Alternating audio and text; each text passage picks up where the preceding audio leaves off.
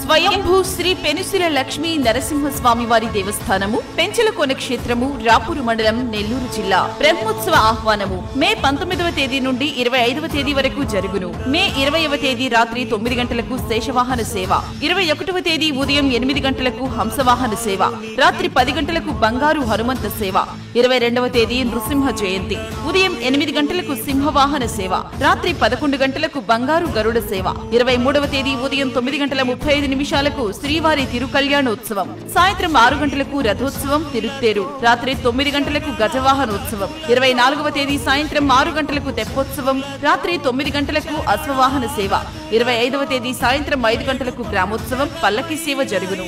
కావున భక్తులెల్లరూ విచ్చేసి శ్రీ స్వామివారిని దర్శించి తరించవలసిందిగా కోరుచున్నాము. ఇట్లు కె విజయసాగర్ బాబు, ఉప కమిషనరు మరియు కార్యనిర్వహణాధికారి.